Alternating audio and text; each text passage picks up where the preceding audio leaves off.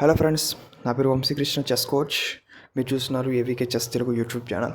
ఇవాళ వీడియోలో మనం ఒక important concept of the chess discuss చేయబోతున్నాం. ఫీడే రూల్స్ గురించి ఈ వీడియోలో క్లియర్గా డిస్కస్ చేద్దాం. సో ఫీడే అనేది ఇంటర్నేషనల్ చెస్ ఫెడరేషన్ అని అంటారు. ఏ అఫీషియల్ చెస్ టోర్నమెంట్ అయినా కూడా ఫీడే అండర్లో ఆ టోర్నమెంట్ జరుగుతుందన్నమాట. మీరు ఎక్కడ పడితే అక్కడ చూస్తుంటారు FIDE అని రాసి ఉంటుంది, అండ్ నైట్ సింబల్ అనేది పైన ఉంటుందన్నమాట. దీని ఇండికేషన్ ఏంటంటే ఆ టోర్నమెంట్ ఫీడే అండర్లో జరుగుతుంది, ఇట్ ఈస్ అఫీషియల్ టోర్నమెంట్ అని చెప్పేసి ఒక రిస్ట్రిక్షన్ అన్నమాట. దీనికి కొన్ని రూల్స్ ఉంటాయి, ప్లేయర్స్ ఖచ్చితంగా పాటించాలి. అండ్ ఇంకోటి ఏంటంటే మీకు టైటిల్స్ చూస్తూ ఉంటారు, ఇంటర్నేషనల్ మాస్టర్ అని, గ్రాండ్ మాస్టర్ అని, క్యాండిడేట్ మాస్టర్ అని, ఇలా కొన్ని టైటిల్స్ అనేవి ఉంటాయి. ఈ టైటిల్స్ అన్నీ ఫీడే అండర్లో ఇవ్వటం జరుగుతుందన్నమాట. ఫీడే రేటింగ్ క్యాలిక్యులేట్ చేసి ఆ పర్టికులర్ పర్సన్ రేటింగ్ బట్టి వాళ్ళకి టైటిల్స్ అనేవి ఇవ్వడం జరుగుతుంది. సో ఇప్పుడు మనం కొన్ని రూల్స్ ఉంటాయి. ఒక person official tournament, open federated tournament ఆడాలనుకుంటే దేర్ ఆర్ సమ్ రూల్స్, కొన్ని రూల్స్ అయితే ఉంటాయి. ఆ రూల్స్ అన్ని ఈ వీడియోలో క్లియర్గా డిస్కస్ చేద్దాం. Rule number 1, touch move piece. ఖచ్చితంగా మనం, ఇది చాలా ఇంపార్టెంట్ అన్నమాట. ఈ టచ్ మూవ్ పీస్ కానీ, టచ్ మూవ్ రూల్ కానీ, ఇదేంటంటే బై మిస్టేక్గా మీరు ఏదైనా పీస్ని టచ్ చేశారనుకోండి, ఆ పీస్ ఖచ్చితంగా మూవ్ చేయాలి. ఇది ఫీడే రూల్. అది లీగల్ మూవ్ అయితే ఖచ్చితంగా మూవ్ చేయాల్సి ఉంటుంది. సపోజ్ నేను ఈ పాన్ టచ్ చేశారనుకోండి, ప్లీజ్ వెయిట్.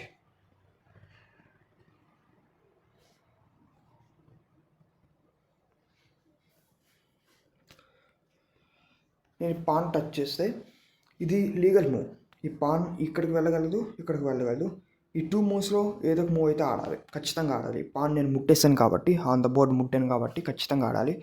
సపోజ్ నేను ఈ రుక్ని టచ్ చేశాను అనుకోండి, ఈ రుక్కి ఓపెన్ ఫైల్ లేదు, ఈ పాన్ లేకపోతే మూవ్ చేయాల్సి ఉంటుంది. పాన్ ఆల్రెడీ అడ్డు పెడుతుంది కాబట్టి యాజ్ పర్ ఫీడే రూల్ ఇది ఇల్లీగల్ మూవ్ కాబట్టి రుక్ని మూవ్ చేయలేం, ఎందుకంటే పాన్స్ అడ్డేసుకుంటున్నాయి కాబట్టి. ఇంకేదైనా మూవ్ చేయొచ్చు, బట్ ఇన్ కేస్ అది లీగల్ మూవ్ అయితే మాత్రం ఖచ్చితంగా మూవ్ చేయాలి, లేకపోతే ఒప్పుకోరు. And arbiter decision is final decision అన్నమాట. ఏ నిర్ణయమైనా అతను తీసుకోవచ్చు. అండ్ మీరు అపోనెంట్ పీసెస్, రూల్ నెంబర్ 2 ఏంటంటే, మీరు అపోనెంట్ పీసెస్ని టచ్ చేశారనుకోండి. సపోజ్ నేను ఈ పాన్ టచ్ చేశాను అనుకోండి, సపోజ్ నా పీసెస్తో ఈ పాన్ని క్యాప్చర్ చేయొచ్చు అనుకోండి, ఖచ్చితంగా నా పీస్తో దాన్ని క్యాప్చర్ చేసేయాలి. ఎందుకంటే అపోనెంట్ పీస్ నేను ముట్టేశాను కాబట్టి ఆ పీస్ని క్యాప్చర్ చేయాల్సిందే. ఇది కూడా ఫీడే రూల్ అన్నమాట. ఈ రూల్ని కూడా మీరు పాటించాల్సి ఉంటుంది. ఇన్ కేస్ అది ఇల్లీగల్ అయితే మరేం చేయలేం, బట్ ఇల్లీగల్ అయితే మాత్రం we have to capture that particular piece. ఆ పీస్ని ఖచ్చితంగా క్యాప్చర్ చేయాల్సి ఉంటుంది. అండ్ రూల్ నెంబర్ 2 వచ్చేసరికి చాలా ఇంపార్టెంట్ రూల్ అన్నమాట. ఇదేంటంటే, మీ మొబైల్ ఫోన్ ఏదైతే ఉంటుందో అది ఖచ్చితంగా సైలెంట్లో పెట్టాలి. ఇన్ కేస్ అది కానీ వైబ్రేట్ అయిందా, లేదంటే అది కానీ రింగ్ అయిందా, you will lose the game. ఇది చాలా important and very crucial rule ఇది ఫీడే నుంచి. ఇన్ కేస్ మీ మొబైల్ కానీ రింగ్ అయిపోయిందంటే మీరు ఆ గేమ్ని ఆపేస్తారు, అక్కడికి గేమ్ ఆపేస్తారు, మీరు అవుట్ అయిపోయినట్టే. అండ్ మీ అపోనెంట్ విన్ అయిపోతాడు అన్నమాట. కాబట్టి ఎప్పుడైనా ఓపెన్ ఫెడరేటెడ్ టోర్నమెంట్కి వెళ్ళేటప్పుడు ఖచ్చితంగా మీ మొబైల్ని సైలెంట్లో పెట్టుకోండి. It is very important. ఇంకోటి ఏంటంటే, సైలెన్స్ ఉండాలి. మనం చాలా సైలెంట్గా ఉండాలన్నమాట. మీ గేమ్ అయిపోయింది, మీరు విన్ అవ్వటం కానీ, మీరు లూజ్ అవ్వటం కానీ, డ్రా కానీ ఏదో ఒకటి అయింది. So me game is completed. So మీరు ఆ హాల్లో తిరగచ్చు, ఆ స్టేడియంలో కానీ ఆ హాల్లో తిరగచ్చు. మీ కొలీగ్స్ కానీ లేకపోతే మిగతా ప్లేయర్స్ ఆడే గేమ్ని మీరు చూడొచ్చు, పక్కన నిల్చొని చూడొచ్చు. బట్ మర్మరింగ్ చేయడం కానీ, విస్పర్ చేయటం కానీ, మాట్లాడడం కానీ, మూవ్స్ చెప్పటం కానీ అలా చేయడం కానీ, లేదంటే లాఫ్ చేయడం కానీ ఇట్లా చేయకూడదు అన్నమాట. అండ్ ఎక్కువసేపు అక్కడ నిల్చోకూడదు, ఒక అపోనెంట్ దగ్గర ఎక్కువసేపు నిల్చోకూడదు. జస్ట్ చూసుకుంటూ అలా ముందుకు వెళ్ళిపోవచ్చు, కానీ ఇట్లా మర్మరింగ్ గట్టి చేయకూడదు అన్నమాట. చేస్తే మాత్రం arbiters will take action on it. And ఇంకోటి, ఇల్లీగల్ మూవ్స్. మీ కింగ్ చెక్లో ఉన్నాడు, యాక్చువల్గా పీస్ మూవ్ చేయలేరు, కానీ బై మిస్టేక్గా మూవ్ చేసేసారు. ఫస్ట్ ఇల్లీగల్ మూవ్ ఎలా మీకు ఎక్స్ప్లెయిన్ చేస్తాను చూడండి.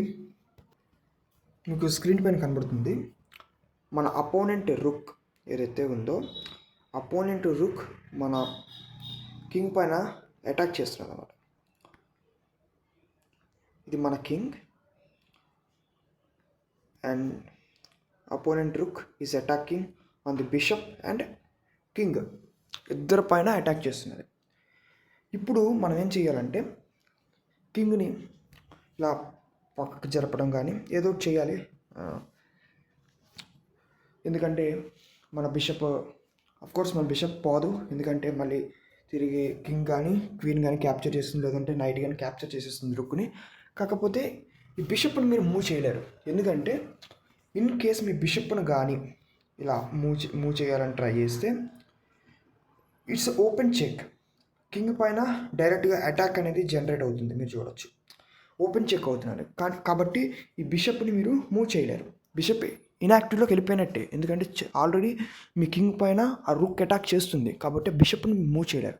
బై మిస్టేక్గా వితౌట్ ఎనీ ప్రాపర్ కాలిక్యులేషన్ మీరు కానీ బిషప్ని కానీ మూవ్ చేసేసారు అనుకోండి, తిరిగి దేనిపైన అటాక్ చేద్దామని చెప్పేసి మూవ్ చేశారు అంటే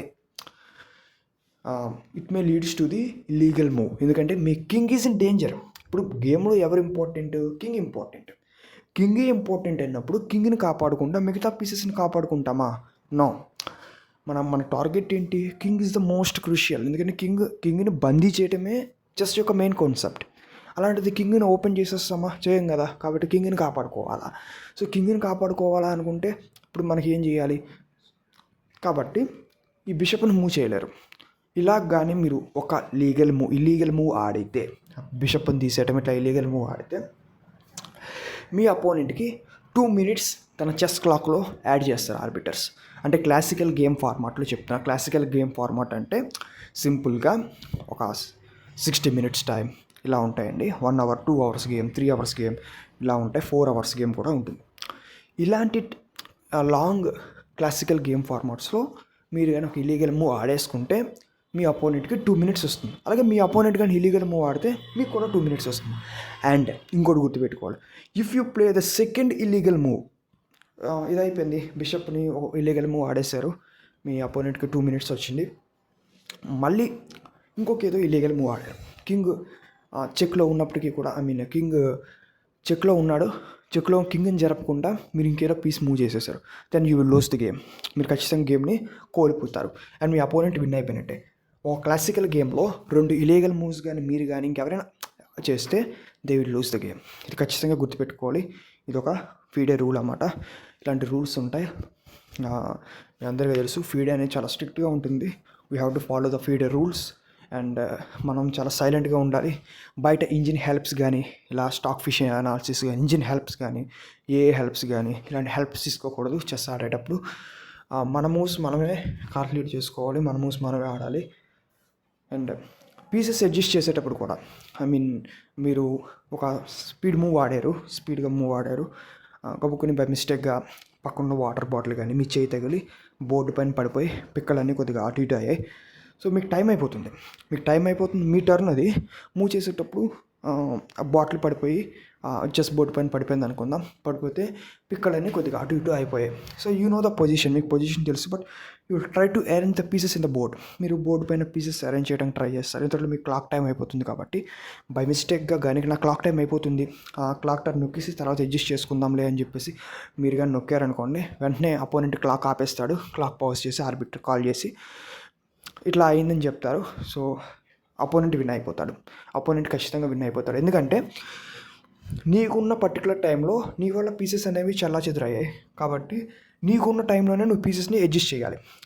ఆ క్లాక్ని మళ్ళీ ఇంకోటి పాస్ చేయటం, ఆ క్లాక్ని టైంని ఇంకోటి పాస్ చేసి అడ్జస్ట్ చేస్తాను స్లోగా అంటే ఫీడే ఒప్పుకోదు. It is also consider in the FIDE rules. ఇవన్నీ ఫీడే రూల్స్ అన్నమాట. కొంచెం జాగ్రత్తగా ఆడండి. ఎవరైతే ఫస్ట్ ఓపెన్ ఫెడరేటెడ్ టోర్నమెంట్ ఆడుతున్నారో వాళ్ళందరికీ ఆల్ ది బెస్ట్. ఈ వీడియో చూసినందుకు thanks and bye. Signing off. మళ్ళీ నెక్స్ట్ వీడియోలో మళ్ళీ కలుద్దాం. బాయ్.